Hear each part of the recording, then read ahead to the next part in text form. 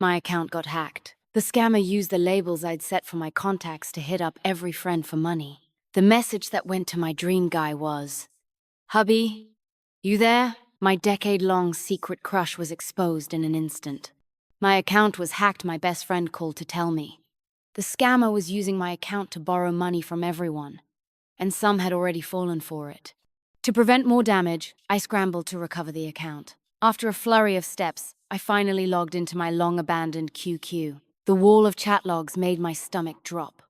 I scrolled line by line, jotting down how much each person lost, wondering if the police could recover any of it, when something in my peripheral vision jumped out at me. A contact, labeled Hubby. Even though I hadn't used this account in ages, I knew immediately who that label belonged to: Luke, the blazing hot. A lister who'd just won Best Actor for a 9-figure blockbuster. Now a triple-crowned Best Actor with a sky's-the-limit career. I swallowed hard, took a few deep breaths, and forced myself to open the chat. On the blank screen, there it was. "Hubby, you there?" My pupils blew wide. I could not believe that message had gone to him from my account. Damn that scammer. Of all people to mess with Luke? How the hell was I supposed to clean this up? Staring at Hubby, "You there?" I went numb, trying to talk myself down. We'd added each other back in my first year of high school. He definitely wouldn't remember me. And once someone debuts, I'd heard they purge old accounts to avoid blackmail material. He'd have ditched this QQ ages ago. Besides, he's a megastar. Swamped around the clock, who has time to check QQ? I was mid-pep talk when my bestie called again. "Babe, check the trending page." I opened it. The #1 topic was Luke secretly married, with a blazing red hot tag after it. My heart sank. I clicked in, and the 4 words, "Hubby, you there?" were blown up across every single post. Turns out when the scammer sent that message, Luke was live streaming. The host had given him a challenge: reach out to friends he hadn't contacted in ages. With his assistant's help, he logged into a QQ he hadn't touched forever. The moment his phone screen mirrored to the big display on the stream, "Hubby, you there?" sat across the very top. That's how I learned Luke had me saved as 57. Just the number 57. I had no idea what it meant. Maybe random acquaintances were numbered for convenience. The message from 57 saying, "Hubby, you there?" instantly blew up the stream. Even though his assistant cut the screen share right away, eager fans screen recorded the moment and posted it to Weibo. Overnight, rumors of Luke being secretly married went feral. I buried my face in my arms, and 3 words hammered in my skull: "I'm in trouble." I had no idea how to handle it. This was way beyond me. The money scam was small. Dragging Luke's name through the mud was huge, even outside showbiz. I could guess how bad this could get. Worst case, it could tank his career. He had nothing to do with me, and now he was forcibly tied to me as husband. He'd hate me for this.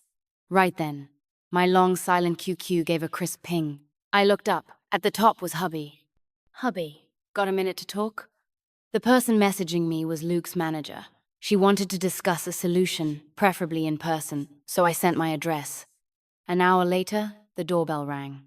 I opened the door, couldn't lift my head, and apologized on the spot. "I'm so sorry. This is all my fault. My account was hacked. The scammer used it to ask my friends for money. I never imagined it would blow up like this. I'm really sorry." By the end, the lump in my throat burned hot. A gentle voice soothed me. "It's okay." Her warm hand was still stroking my head. I followed the touch and looked up into a kind, beautiful face. And beside her, a tall figure in a mask and sunglasses who couldn't hide how good-looking he was. I froze. "El Luke?" He gave a small nod. My heart lurched into a gallop. It pounded out of control, thudding against my ribs. There were 5 of them in total, and my small living room suddenly felt tight and airless. I sat on my own couch like I was on pins and needles. Haltingly, I explained, "I really haven't used that account in ages. It was vulnerable, and the hacker took advantage." I added, "Earnest, This is all on me. Whatever you need me to do, I'll cooperate. I'll do everything I can to make it right. Luke's manager, Emily, smiled. Don't be nervous. We're here to get your take, she said. Would you be willing to fake date Luke for a while? My eyes flew wide. She teased. If you labeled him hubby, you must like him at least a little. Don't you want to try? A free husband trial. Talking about this in front of the man himself was mortifying. I blurted. That was all in the past. I snuck a glance at Luke, who still hadn't spoken, and rushed on.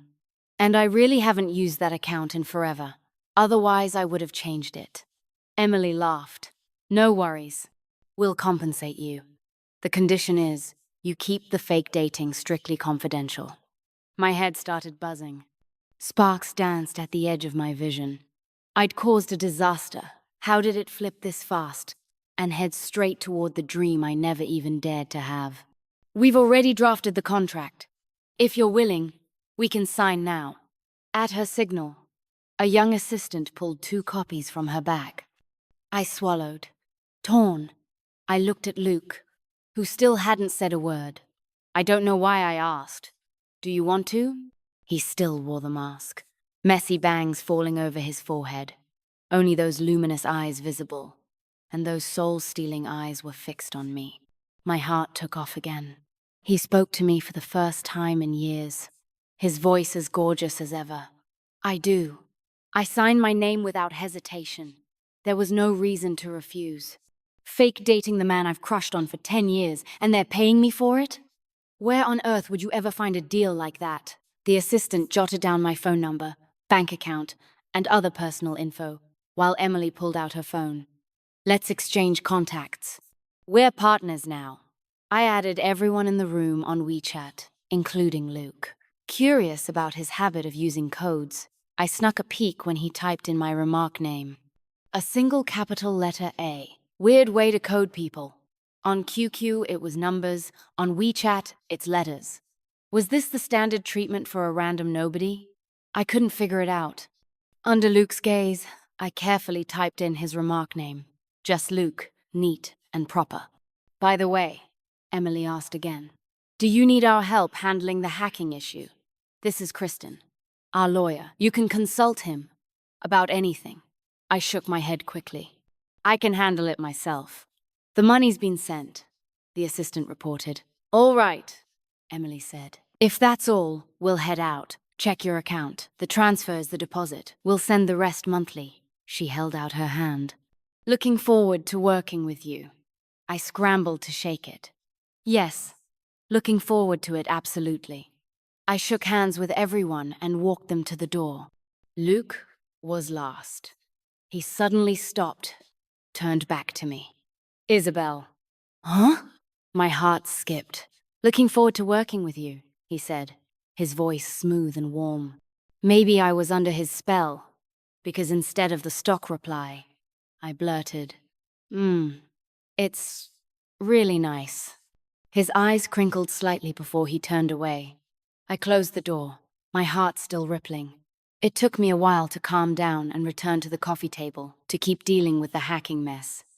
Glancing at my phone, I saw my bank account had gone up by 100,000.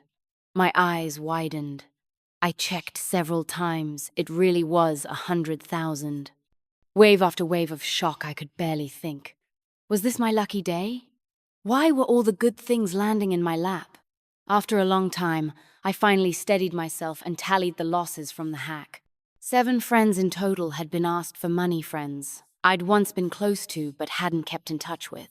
Because they didn't know my current situation. They'd believed the scammer's pitch. The total was about 10,000, which I sent back to each of them. Some refused it, some asked curiously what was going on with Luke. I didn't answer any of them. Lying back on the sofa, I exhaled in relief, thinking it was finally over. Just as I closed my eyes, my best friend called for the 3rd time that day. Babe, you and Luke went public. I opened Weibo. On Luke's personal page, which usually only posted ads and promos, there was now a pinned announcement. Luke, She's my girlfriend. Please don't speculate. My heart pounded hard. Even though I was at the center of it, I felt like I was watching someone else's surreal story. I opened the comments, curious what people thought. Boo-hoo, hubby, how could you? I've called you hubby in DMs so many times and you never admitted I was your girlfriend. Feels fake. Didn't they say the account hadn't been used in ages? How'd that message just happen to pop up during the live stream? Sounds like a publicity stunt for a new drama. Wait for the twist. 57 means my wife, right? I'm shipping it so hard right now. Don't get it. Why admit this time? He's had rumors with so many actresses before and never confirmed any. I paused, clicked on the last comment to see the replies. Only means this time it's real. Every other time it was just the woman hyping it up alone. I bet the real deal got jealous and jumped into the live stream to stake his claim. My ship just sank. I loved Luke and Rue and he as a couple. After a while, I closed Weibo, marveling at the netizens' wild imaginations. My bestie didn't get it either. Wasn't this about hacking? How'd it turn into you two dating? You've been secretly seeing Luke behind my back? I said quietly. Signed a contract. Talking now would be breaching it. She guessed instantly. Fake dating, right? Spicy move. What do you mean? Luke, look at his remark for you. He's obviously been crushing on you. I nearly choked. You've got some imagination. I'd been secretly in love with Luke since our first year of high school. Watching him go from school heartthrob to household name. If the school heartthrob was already out of reach, then the superstar was like a star in the sky, beautiful and utterly unattainable. I could only bury it in my heart, never daring to speak it aloud. It was like a fool's dream. My bestie was confident. You'll see. I blinked at her suspiciously. She switched topics suddenly. So, what about the hacking thing? I've paid everyone back. Not planning to go to the police if they catch the scammer. The whole thing might blow open. Then she circled back. So how does it feel, being Luke's girlfriend? I instinctively protested. I'm not his girlfriend. Babe, what are you denying? You are his girlfriend now, she said earnestly. The heavens just dropped this in your lap. The matchmakers tied you two together with steel cable. If you don't seize this chance, I'll seriously lose respect for you. But she cut in. You're amazing. You deserve him. Trust me, you're the best thing in the world. I took a deep breath and made up my mind. Okay, I will. The first thing in our fake dating arrangement was a PDA scene in his building's underground parking lot. With all the buzz online, including expert teams dissecting Luke's first ever public romance, Emily decided to silence the noise with proof. She tipped off the paparazzi. All Luke and I had to do was act like a couple in love and let them snap a few cozy shots. That day, he came to pick me up. Black baseball cap, plain white tee, light wash jeans, minimalist, but his perfect build made it look effortlessly classy. Simple, yet anything but simple. I tugged at my t-shirt dress. This, okay? Emily had told me to keep it casual, no need to dress up. His gaze lingered on me for a few seconds before he said, beautiful. I pressed my lips together shyly and followed him into the car. The car sped toward his place. I stayed tense the whole ride, my nerves peaking as we pulled into the garage. I almost didn't want to get out. His warm, dry hand suddenly patted the one on my knee. You're just visiting my place. Don't overthink it. I nodded firmly. Once out of the car, I leaned against it while Luke fetched the groceries from the trunk props we'd prepared to make the photos feel more real. He walked up with a bag in one hand, stared at me for a moment, and sighed. Not even wearing a mask? He finished speaking and tugged the cap off his own head to settle it on mine. Warm from his skin and carrying his scent, it circled my head and made me a little dizzy. He took my hand and murmured, I already used the mask, so I won't give it to you. Led by him, my brain felt pleasantly numb. So we're starting already? He slips into character fast. No wonder he's won so many awards, he can really act. How did all those actresses ever keep from catching feelings? We'd barely begun, and I was about to burst into flames. I forgot we were supposed to be pretending at all, drifting along in a daze as Luke led me on. Suddenly he stopped, set the grocery bag on the ground, and crouched in front of me. I jerked my gaze down to find him on one knee, head bent as he tied my loose shoelace. The garage was so quiet I could almost hear shutters firing like mad. Talk about perfect timing for a loose lace. When he finished, Luke stood without looking away, eyes crinkling as he smiled. "What are you? A kid? Good thing you didn't fall." I pressed a hand to my hammering heart. The agonizing walk finally ended, and I followed him into his place. When he said I was a guest, he meant it. He carried the groceries to the kitchen and said he'd cook before driving me home. I figured he was stretching the timeline, leaving right after we walked in would scream, "Staged." Even though there was an act, that would make it easier to expose. Luke handled the cooking himself. All I had to do was watch him work. There was a different kind of charm to him in the kitchen. And staring at this man, I thought I might never crawl out of this pit. Deciding to take my best friend's advice and shoot my shot, I asked, "Do you have a girlfriend?" "No," he said, then added, "But there is someone I like." The spark I just lit sputtered halfway out. In that bittersweet haze, I kept him company through dinner. Mid-meal, he took a call, then came back with news that was neither good nor bad. He said, "Another outlet's staking out downstairs. You might need to stay the night." I got it instantly. If I left soon and they ran with it, this already controversial romance would be tossed back into the storm. After all, what couple in the honeymoon phase doesn't spend the night? He said, "If you don't want to, you don't have to. I'll stay," I told him firmly. His home was huge, with plenty of guest rooms. Crashing in one wasn't any different from sleeping in my own bedroom. I tried to think of it that way, but my mind kept racing, especially with my once untouchable crush Luke fussing over me. "Slippers are here. Might be a little big. The toiletries are all new. Use whatever you want. Tell me if you need anything." He paused, a suspicious flush tinting his cheeks. "For a change of clothes, I'll need your size so I can have someone bring some over." By the time he finished, the tips of his ears were scarlet. His embarrassment rubbed off on me. I felt my own cheeks heat. "Or you can send it to Emily and she'll have someone drop it off," he added. "Okay," I nodded.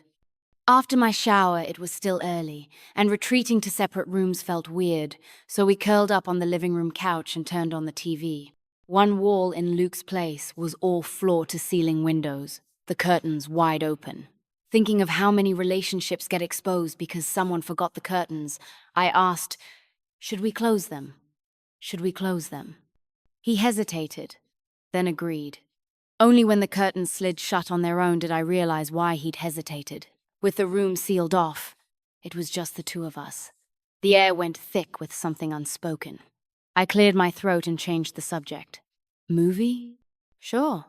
We landed on a coming-of-age film starring Luke and Ruin.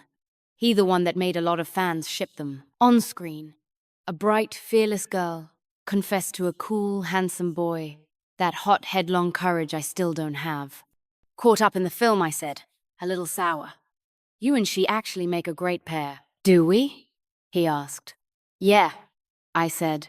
"Tons of people ship you two. Even Julia watched it and almost became a shipper." "So why almost?" "Because she's my best friend, she can't betray the cause." I answered that only in my head. Luke held my gaze and suddenly said, "Isabel, you used to like me, didn't you?" I said nothing. "Then explain why you labeled me hubby," he pressed. I mumbled, "I don't want to." Afraid he'd keep pushing, I hugged a pillow and added, "And that was the past. I don't like you now." "No?" he said. "Funny, I thought you liked Jason." I froze. "Freshman year? I heard you say it myself." "No way," I shot back. "You were walking with a girl," he said. "She asked if you liked me, and you said you liked Jason." It all came back. The girl was Jessica, proud and pretty, bold like a movie heroine. She'd announced she would chase Luke, and that she'd definitely win. She must have sensed my tiny crush and stopped me after school to ask if I liked him. And just then, Luke happened to walk past. How could I admit it, especially in front of someone so dazzling? Catching his silhouette in my peripheral vision, I blurted, "No, I like Jason." A cold wave washed through me at my own timidity. "So you didn't actually like Jason?" Luke asked. I didn't know what to say. If I said no, what about I liked Jason back then? "You and Jason went to the same university, then the same grad school. Just a coincidence, right?" he asked again. In my silence, he said, "You never liked him." I snapped too. "How do you know we were at the same school?" "Besides a handful of close friends, no one knew where I did my master's. Much less that Jason and I ended up at the same program. I thought it would be hard to know unless you were digging." Luke fell quiet. He seemed to make up his mind, a light sparking in his eyes. "The truth is, I've always a ringtone cut him off." The phone I'd tossed on the couch lit up. "Jason." Luke glanced at it, and his eyes dimmed. "I'll grab it," I said. With Luke watching, I got self-conscious and went to the window to answer. Jason asked, "Did your account get hacked?" You okay now?" "I'm fine." He paused, then said, "That message to Luke, was it the hacker who sent it? Do you need something?" I asked. In my second year of grad school, Jason had asked me to be his girlfriend. Before that, we'd only shared a few meals together because we were at the same school. I never knew why he liked me. I guessed he just wanted to date someone, anyone. I turned him down. After that, he never showed any romantic interest again, and while we still interacted, I deliberately kept my distance. On the phone, Jason rambled on and on, but I didn't hear a word. My mind was circling back to Luke, sitting on the couch. His back was shadowed, his whole figure steeped in gloom, looking especially dejected. "Why?" I wondered. Jason asked. "You and Luke are fake, right?" Suddenly exhausted, I rubbed my aching temples, ready to hang up. Then, abruptly, Luke stood. He strode over, swift and purposeful, and in my stunned gaze, he snatched the phone from my hand and, as if reading my mind, pressed the button to end the call. I stared at him, and that stubborn light was back in his eyes. "Don't talk to him," he said. "Why?" I asked on instinct. "Because I'll get jealous." My eyes flew wide. "I like you," he said. "Even when you liked Jason, I was liking you all along." Maybe I looked too shocked, because he gave a helpless little laugh. "I thought you'd figure it out from the remark." Then he added, "Plenty of fans already guessed." In a flash, I remembered those comments I'd read before. 57 meant my wife. On a 9-key keypad, typing 5 and 7 spells. Laupo. Wife. Oh God. I wouldn't have dared to think that in a million years. Not in a million years. He explained. "That's exactly what it meant. Since you like Jason, I figured you'd be put off if I literally typed those 2 characters. But if I didn't, I wouldn't be happy. So, I went with 57. It worked for both of us." Still dazed, I thought of the A. "What about your WeChat remark?" I asked. "That way, every time I open my contacts, you're right at the top," he said. "It gives me the courage to reach out even if you still like Jason." I pressed my lips tight, just staring at him. I wasn't sure I could believe my own ears. "I've liked you for almost 10 years, he said slowly. "When I saw that message from you, the hand I had under the table was shaking like crazy. Good thing the live stream cut off, or I don't know how I would have kept a straight face." He gave another rueful laugh. "Turns out it was a hacker. But I should thank the scammer," he said. "Otherwise, I'd still be too scared to reach out. Just secretly wondering if you and Jason were together. Don't like Jason anymore. Okay? Is he really worth it? Worth liking for so long? Isn't it exhausting?" He paused a long moment, then asked softly, "Since my remark was once, hubby, doesn't that mean you liked me? At least a little? Even if it was just a fan kind of crush. Doesn't that mean I had a chance with you?" His voice was so gentle and so heartbreakingly humble. Why did he have to be humble? Someone like him, why humble himself for me? A swell of unspeakable ache rose in my chest. I wanted to cry, and I did, big tears rolling down my cheeks. I opened my mouth to tell him no, that I never liked Jason, that it was always him, but it was like something had clamped around my throat. No sound came out. My mouth opened and closed, but all I could manage were choked sobs, not one full sentence. The more I tried, the more flustered I got. Luke's heart ached instantly. He pulled me into his arms, patting my back gently. "It's okay. It's okay. If you don't like him, you don't like him. No need to cry. If you don't like me, I'm the one who should be crying, right?" He tried to joke, but I couldn't laugh. I just wanted to cry. I hated my own cowardice. Why couldn't I have said it back then? Why waste all these years? And what were these lost years worth? If I'd had the courage to admit I liked him, things wouldn't be like this now. I cried in his arms for a long time, until I was gasping for breath. At some point, his cotton sleep shirt was soaked through where I'd been leaning. He flicked my forehead lightly. "You've practically given me a tear bath." Then he got up to pour me some water. I stayed put, breathing in and out. And when he handed me the glass, I finally said the words clear, whole, and brave. "You're the only one I like." This time, it was Luke's turn to be stunned.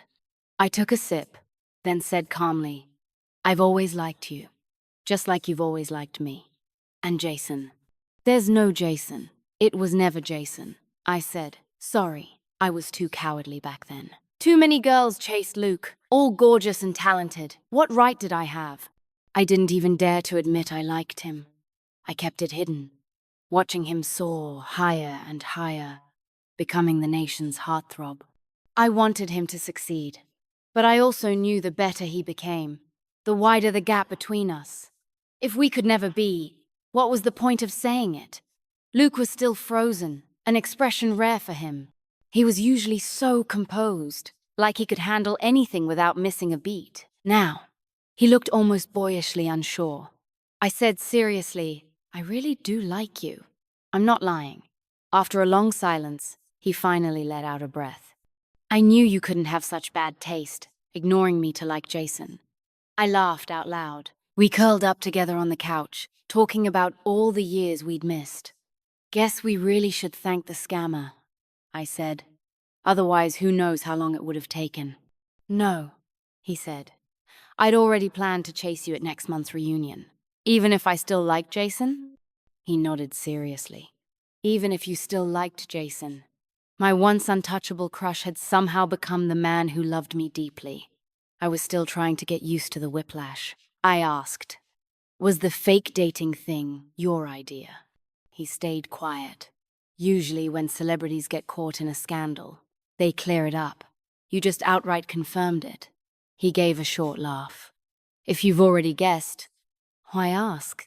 Because I wanted to hear him say he liked me, that I mattered so it would feel real. Luke wrapped his arms around me from behind, burying his face in the curve of my neck. "Yeah," he said. "I wanted you to be my girlfriend, even if it was fake." I stifled a smile, satisfied. Then curiosity struck. So why did Emily go along with it? That day he'd shown up with a whole entourage, manager, assistant, lawyer. It had been a full-scale operation. These past few years, I've been linked in rumors with a few actresses, even if nothing actually happened. Emily thought that over time, it would hurt my reputation. Better to just go public with a girlfriend so no one tries to get close anymore. I nodded. The entertainment industry was way more complicated than I could wrap my head around. Curled quietly in his arms, I suddenly heard him make a request. "Say you like me again." "That's the third time tonight," I said. "I still can't quite believe it," he replied. "Say it again, indulge me." "I like you." He brushed a kiss at the corner of my lips and murmured, "I like you too." By the time I left Luke's place the next day, it was already 3 in the afternoon. We hadn't actually done anything. It was just that we'd stayed up talking too late, and with all the sweet back and forth after confessing to each other, the time had slipped away. By the time we woke up again and had brunch, it was already that late. Luke drove me home. Even though nothing happened, the paparazzi photos told a different story online. Overnight at his villa, a change of clothes, a suspicious red mark on my neck, every detail blown up as proof of our passionate romance. Looking at the mosquito bite on my neck in the mirror, I felt like crying. If I'd known it would itch like that last night, I wouldn't have scratched it. My best friend came over after seeing the photos, insisting on inspecting my so-called hickey. I pulled my collar down to show her, swearing it was just a mosquito bite. "We really didn't do anything," I muttered. She snorted.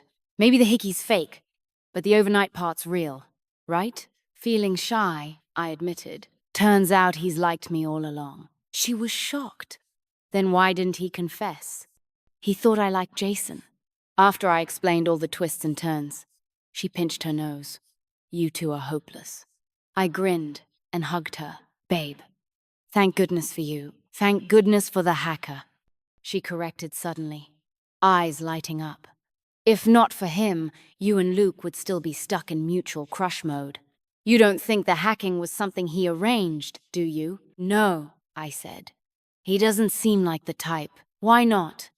"Come on, he faked dating you. That's plenty scheming," she pointed out. I still doubted it. But soon it was clear Luke hadn't been behind it, because the scammer who hacked me actually added me on QQ. "Scammer, I saved all your chat logs." "Scammer, the internet's dying to know about you. I'll give the messages to entertainment reporters." "Scammer, if you're smart, you'll pay up. I'm guessing you don't want those logs going public, right?" "He won't dare," was Luke's first reaction when I told him. He'd already contacted a lawyer. "The only reason he's threatening you directly instead of posting them is because hacking and scamming for money is already a crime. If he posts them, he'll get caught. All he can do is extort you." "Just wait," he said. "They'll throw the book at him." Luke's team was powerful, and soon good news came. The scammer was arrested, and the money he stole from my classmates was returned in full by the police. I felt strangely moved. "I give you 100,000 and you're fine. But you're touched over this measly 10,000? Luke looked baffled. "You don't get it. This is a month's hard-earned salary for me," I said. "Fresh out of grad school. I barely made that much in a month. Getting it back was huge." Then a greedy thought struck me. "So, will the fake girlfriend payments still come in monthly?" "You're my real girlfriend now," he said. "Oh," I answered. "If not, so be it. Luke was more important than money anyway." He pulled me in with a laugh. "Being my real girlfriend pays way better than pretending. Do you have to look so disappointed?" I kissed his cheek. Okay, that was more like it. In a blink, it was time for our planned class reunion. Once word got out Luke would be attending, the head count kept growing, and the venue kept changing, finally landing on a resort in the suburbs. The day was bright and sunny. Luke drove us there, and I sat in the passenger seat, feeling jittery about what awaited. You get nervous fake flirting, and you get nervous real flirting too. Luke teased from the driver's seat.